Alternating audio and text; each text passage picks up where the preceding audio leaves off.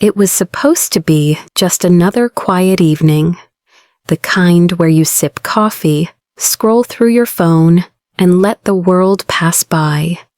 But that night, as the rain tapped against the cafe windows, fate decided to sit down across from me, wearing a dark suit and an expression that didn't belong in a place that smelled like vanilla and cinnamon.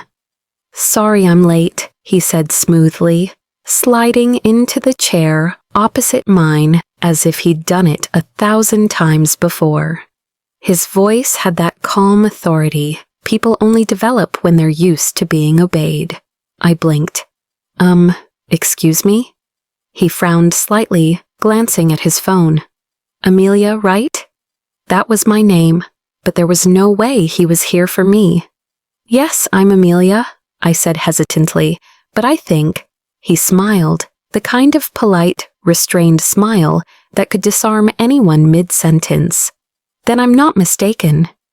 He extended his hand, and before I could explain, I found myself shaking it. It was warm, firm, and oddly grounding. He smelled faintly of rain and cedar, the kind of scent that lingers long after the person leaves. He ordered coffee without asking what I wanted, and I was too stunned to correct him. The barista looked between us, amused. She must have thought we were on a date. When our cups arrived, he leaned back in his chair, finally relaxing. "You look different from your profile picture," he said thoughtfully. "Better, actually." Profile picture, date. Oh no. It hit me all at once he thought I was his date. I opened my mouth to tell him, but then he smiled again. Not the polite one this time, the real one. The kind that softened the sharpness of his jaw and reached his eyes. And for a reason I still can't explain, I didn't correct him. Instead, I said softly, "You look different too." He chuckled, low and genuine. "Good different or bad different?" "Good," I admitted before my brain caught up with my mouth. He introduced himself as Ethan Cole. I'd read that name before, though I couldn't immediately recall where. It sounded familiar, powerful, like it belonged to someone important. Our conversation flowed easily. He asked about my work, my favorite books, the rain outside. He really listened, like every word mattered. It was strange, beautifully strange. Halfway through our coffee, I found myself laughing, actually laughing, the kind that bubbles up without permission. He looked pleased, almost proud, like he'd earned something rare. "You know," he said, tilting his head, "I almost canceled tonight. I thought it'd just be another business dinner disguised as a date." "Why didn't you?" I asked. He paused, his gaze softening. "Because something told me I shouldn't." My heart betrayed me with a skip. For a man who seemed so composed, there was something lonely about him. His eyes, though steady, carried the weight of someone who'd spent too much time pretending he didn't care about being alone. And maybe that's why I stayed silent. Maybe that's why I didn't ruin it by saying, "You've got the wrong Amelia." Because for the first time in months, I wasn't just invisible. We talked until the cafe's lights dimmed for closing. When he stood to pay the bill, the barista whispered to me, "Do you know who that is?" I blinked. "Ethan Cole?" She raised her brows. "The Ethan Cole, CEO of C Group, billionaire, philanthropy guy, all that." I stared after him as he walked to the counter. Billionaire. That's why his name was familiar. That's why the staff treated him like a celebrity. When he turned back and caught me staring, he smiled. "Something wrong?" I shook my head quickly. "No, nothing." He handed me my coat like a gentleman from another century. "May I walk you out?" The rain had softened into a mist, and we walked in silence for a few seconds. It wasn't awkward, it was comfortable, like a pause between two songs you don't want to end. When we reached the corner, he stopped. "I'd like to see you again," he said simply.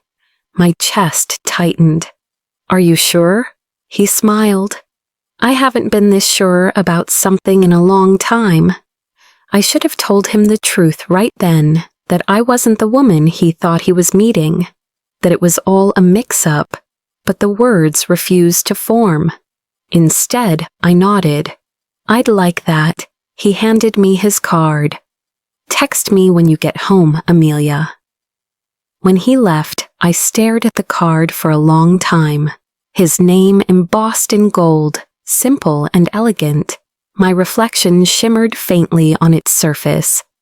And as I stood there under the streetlight, I realized something terrifying. I didn't want to correct it. Not yet, because tonight felt like something fragile and rare.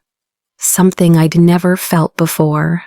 The next morning, sunlight spilled across my small apartment, but all I could think about was his smile. Ethan Cole, the billionaire who'd accidentally sat at my table and somehow made me feel seen in a way no one else had. I stared at his business card for what felt like hours before finally texting him. "Made it home safe, thank you for the coffee." He replied within minutes. "I'm glad. Same time tomorrow?" My heart stumbled over itself. Tomorrow. He actually wanted to see me again. I told myself I'd confess the truth at our next meeting, that I'd explain the mix-up and apologize. But when I saw him walk into that cafe again, rain on his shoulders and that same soft smile on his lips, my resolve vanished. "Amelia," he greeted, pulling out my chair. "I was hoping you'd come." We talked for hours again about books, travel, little things that made no sense for a billionaire to care about. He told me he missed normal conversations, people who didn't want something from him. And I realized that's exactly why he'd stayed. He didn't want the right Amelia. He wanted someone who made him feel real. Days turned into weeks.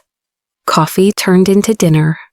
And somewhere between laughter and late-night walks, I fell for a man who didn't even know I wasn't who he thought I was. Until the night everything came crashing down.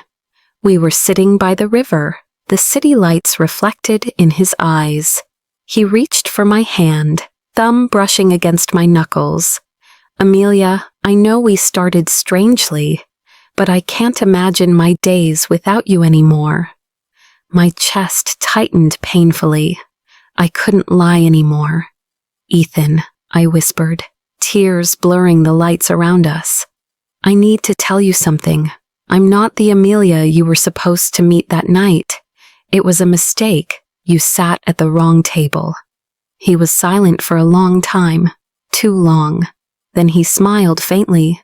"I know." I froze. "You knew?" He nodded. "The real Amelia texted me 10 minutes after I sat down. But when you looked up at me that night, something told me to stay." A single tear slipped down my cheek. "Why didn't you say anything?" "Because for once, I didn't want perfection," he said softly. "I wanted something real. And you were."